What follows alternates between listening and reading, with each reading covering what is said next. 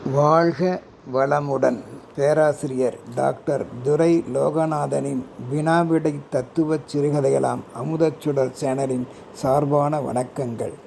என் கதைகள் பல வெளிவர உதவிடும் யூடியூப் நிறுவனத்தார்க்கும் டிவி சேனலுக்கும் என் கதைகளுக்கு நாளுக்கு நாள் அமோக ஆதரவு தந்து வருகின்ற ரசிக பெருமக்களுக்கும் வாழ்த்துக்களும் வணக்கங்களும். வாருங்கள், இன்றைய பழமையான நகைச்சுவைக்கு உரிய கதை ஒன்று காண்போம். கதையின் தலைப்பானது செவிட்டு மருமகன். காண்போமா? உலகில் பலர் தனது குறைபாடுகளை வெளியில் தெரியாமல் மறைப்பதாலும், சிலர் மற்றவர்களுடைய உணர்வுகளுக்கு மதிப்பு அளித்து நடக்காமையினாலும் மன வேறுபாடுகள், உடல் உபாதைகள் ஏற்பட காரணமாகின்றன என்பதை விளக்குவதுதான் இந்த செவிட்டு மருமகன் கதையாம். காண்போம். ஓர் நடுத்தர வீட்டில் ஒரே பெண் வாரிசான செல்வி ஈஸ்வரியை ஒரு விவசாய வாலிபன் சரவணன் என்பவன் திருமணம் செய்து கொண்டான். அக்காலத்தில் நடைபயணமாகவே மாமனார் வீட்டுக்கு சென்று வர வேண்டிய சூழல் இருந்து வந்தது. மனைவியை இழந்த விவசாயி கதிரேசன் என்பவர் தன் ஒரே மகள் ஈஸ்வரியை திருமணம் செய்து கொடுத்துவிட்டு அவளை காணாமல் இருக்க முடியவில்லை, பிரிந்திருக்க முடியவில்லை என்றே சொல்ல வேண்டும். எதிர்பார்த்த அளவிற்கு ஈஸ்வரி பொருளாக சீதனம் உடனே கொண்டு வரவில்லை தன் வீட்டிற்கு என்பது திருமணம் செய்து கொண்ட சரவணனின் எண்ணம். அதனால் மாமனார் மீது மிகுதியான கோபமும் மனைவி மீது கடுமையான கோபமும் இருந்தமையால் மாமனார் கதிரேசனையும் மனைவி ஈஸ்வரியையும் ஒரு பொருட்டாகவே இவன் மதித்து நடக்கவில்லை என்பதே உண்மை. நோய்வாய்ப்பட்ட தன் தகப்பனை ஈஸ்வரியால் அடிக்கடி சென்று காண முடியவில்லை என்ற சூழ்நிலையும் ஏற்பட்டது. அதற்கு சென்று வர கண்டு வர தடை விதித்தான் சரவணன். தான் கூட செல்வதும் இல்லை, அவரை நேரில் பார்ப்பதும் இல்லை. மாமனார் கதிரேசன் இதனால் எரிச்சல் அடைந்தார். எரிச்சல் மாமனார் என்ற பெயரையும் பெற்றுவிட்டார்.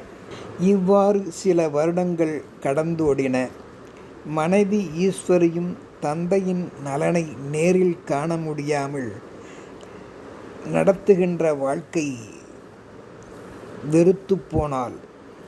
இந்நிலையில் மருமகன் சரவணனுக்கு எதிர்பாராத விதமாக காதுகள் இரண்டும் செவிடாகிவிட்டன. செவிட்டு மருமகனாகி விட்டான் என்றே சொல்ல வேண்டும். தனது செவிட்டு தன்மையை யாருக்கும், மனைவிக்கு கூட தெரியாமல் சமாளித்து வாழ்ந்து வந்தான். மாமனாருக்கு தெரிந்தாலும் மிகவும் கேவலமாக நினைப்பார் என்றும் கருதினான். அதனால் மறைத்தே வாழ்ந்தான். தெரிந்தால் கௌரவக்குறைவு தனக்கு ஏற்பட்டுவிடும் என்ற எண்ணத்தில் மறைத்து வாழ்ந்தான். ஆனால் மனைவி ஈஸ்வரியோ இவனது செவிட்டுத்தன்மையை அறியவில்லை, பிடிவாத குணத்தை மட்டுமே அறிந்து வைத்திருந்தாள். தான் எது அவரிடம் கேட்டாலும் திமிரு மற்றும் பிடிவாதத்தால் தனக்கு பதில் அளிக்கவில்லை என்றே ஈஸ்வரி சரவணனை எண்ணி மறுத்தும் வாழ்ந்து வந்தாள். அதை நினைத்து வருத்தமும் அடைந்தாள்.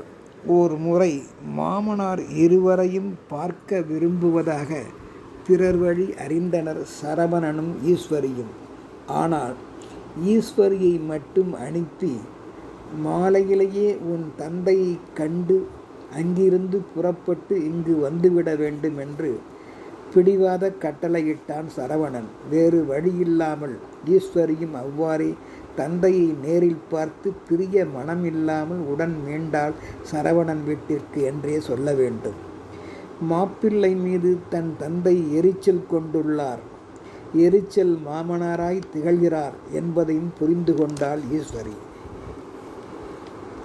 ஊர்க்காரர்களின் பேச்சுக்கும் பிறவற்றிற்கும் ஆளாகாமல் சரவணனும் மாமனாரை நேரில் கண்டு வர மனம் இல்லாமல் முடிவு எடுத்தான். இருந்தாலும் அவரோ ஓர் எரிச்சல் மாமனார், இவனோ ஓர் செவிட்டு மருமகன் என்பது இவனுக்கு மட்டும் தெரியும். இருவர் பேச்சும் செயலும் நேரில் காண்கின்ற போது சரியாக ஒத்து வராது என்பதையும் இவன் அறிந்து வைத்திருந்தான். அவ்வாறு ஒத்து வராது என்பதை விட மாமனார் பேசுவது சரவணனுக்கு சுத்தமாக காதில் விழவே விழாது. அதற்கு எல்லாம் புரிந்து கொண்டது போல் அவருக்கு முன்னால் தான் நடித்தே பேசி மீள வேண்டும் என்று முடிவு செய்தான். தான் ஓர் செவிடு என்பது மாமனாருக்கும் தெரியக்கூடாதில் என்பதில் மறைத்து நடந்திடுவதில் உறுதியாக இருந்தான். மாமனார் வீட்டுக்கு அன்று சென்று கொண்டிருந்தான் நடைபயணமாகவே. அவரிடம் என்ன கேட்பது பேசுவது என்று வழிநடையில் யோசித்தான்.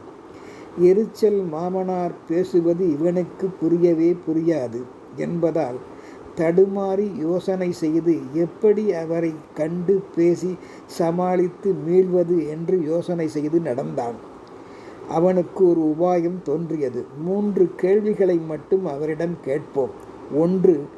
எப்படி உள்ளீர்கள் என்று கேட்டால் ஏதோ இருக்கிறேன் என்பார். 2வது கேள்வி, என்ன மாத்திரை சாப்பிடுகிறீர்கள் என்று கேட்போம். ஏதோ ஒரு மாத்திரையை சொல்லுவார். சரி என்று சொல்லிவிடுவோம். 3வது கேள்வி, எந்த டாக்டரிடம் காட்டுகிறீர்கள் என்று கேட்போம். ஏதோ ஒரு டாக்டர் பெயரை சொல்லுவார். நல்ல டாக்டர் தான் என்று சொல்லிவிடுவோம். இவ்வாறாக அந்த 3 கேள்விகளையும் எப்படி உள்ளீர்கள், என்ன மாத்திரை சாப்பிடுகின்றீர்கள், எந்த டாக்டரிடம் காட்டுகின்றீர்கள், இந்த 3 கேள்விகளையும் மனப்பாடம் செய்தபடியே மாமனார் வீடு நோக்கி நடந்தபடியே பயணம் கொண்டான். மாமனார் வீட்டிற்கும் வந்துவிட்டான். மாமனார் மருமகன் தன் வீட்டிற்கு வந்திருப்பது மகிழ்ச்சி அளிக்காமல் போய்விட்டது.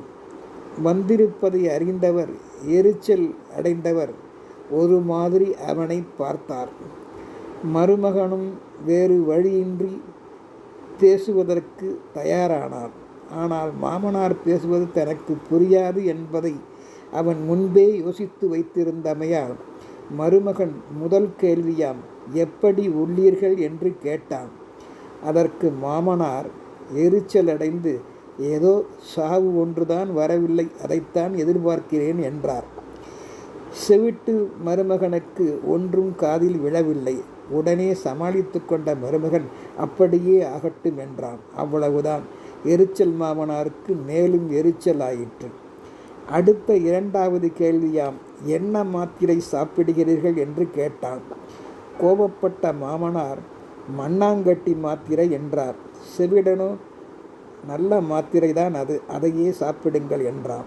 மேலும் கோபப்பட்டார் மாமனார். அடுத்து தயாரித்து வைத்திருந்த 3வது கேள்வியாம் எந்த டாக்டரிடம் காட்டுகின்றீர்கள் என்றார். பலவித கேள்விகளால் குழப்பமடைந்த மாமனார் எரிச்சல் அடைந்தவர் உடனே மருமகனின் 3வது கேள்விக்கு எந்த டாக்டரிடமா என்று யோசித்தவர் யமன்கிட்டதான் காட்டுகிறேன் என்றார். செவிட்டு மாப்பிள்ளையோ அதையும் அறியாமல் நல்ல டாக்டர் தான், அவர் சீக்கிரம் உங்களை சரி செய்து விடுவார் என்றான். காதில் எதுவும் மாமனார் பேசுவது விழாமலேயே. எரிச்சல் மாமனாரோ இவன் செவிடன் என்பதை அறியாமல் பழைய முன்கோபத்துடன் மீண்டும் இன்றும் கோபம் எரிச்சல் அதிகம் கொண்டு தனது நெற்றிக்கண்ணால் மாப்பிள்ளையை ஒரு பார்வை பார்த்து சுட்டு பொசுக்கிவிட்டார் என்றே இக்கதை ஓட்டத்தின் வழி நாம் எண்ண வேண்டும். இப்படித்தான் உலகில் பலர் ஆகாதவர்கள் இயல்பாக பேசினால் கூட கதையில் இவ்வித வேறுபாட்டு உணர்வுகள் என்பன உடல் மன வேறுபாட்டால் புரிந்து கொள்ளும் தன்மையை இழக்கச் செய்து விடுகின்றன என்பதை முன்னோர் கதை உண்மை சம்பவத்தால் அறிய முடிகின்றது. வாழ்வில் எதையும் எவரும் தனக்கு ஏற்படும் உபாதைகளை கூட மறைக்கக்கூடாது. மற்றவர் எதிர்பார்ப்பிற்கும் எவரும் மதிப்பளித்து நடக்க வேண்டும் என்பதையும் இந்த எரிச்சல் மாமனார் செவிட்டு மருமகன் கதை வழி நாம் அறிய முடிகின்றது. வாழ்க வளமுடன்.